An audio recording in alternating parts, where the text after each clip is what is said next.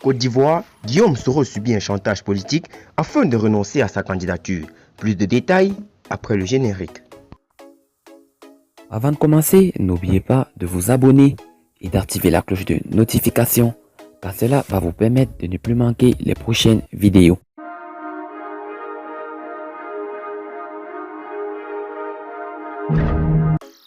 Le pro-Soro Abiy Daman Koné est revenu sur les propos du Premier ministre de la Côte d'Ivoire en rapport avec le leader du GSP. Pour ce soroïste, le rassemblement des oufoutistes pour la démocratie et la paix est à l'œuvre jour et nuit juste pour voir Guillaume Soro hors circuit pour les présidentielles d'octobre 2020. À propos de la sortie d'Amadou Gon Coulibaly jeudi 20 février 2020, selon lequel Guillaume Soro s'est précipité, pensant que la candidature est un élément de protection. Le partisan de l'ancien député des Fréquem Abiy Daman Koné a fait sa lecture de la situation. Aujourd'hui, il est sûr de tout qu'aussi bien Guillaume Soro qu'Alassane Ouattara savent l'existence de l'enregistrement d'audio depuis 2017.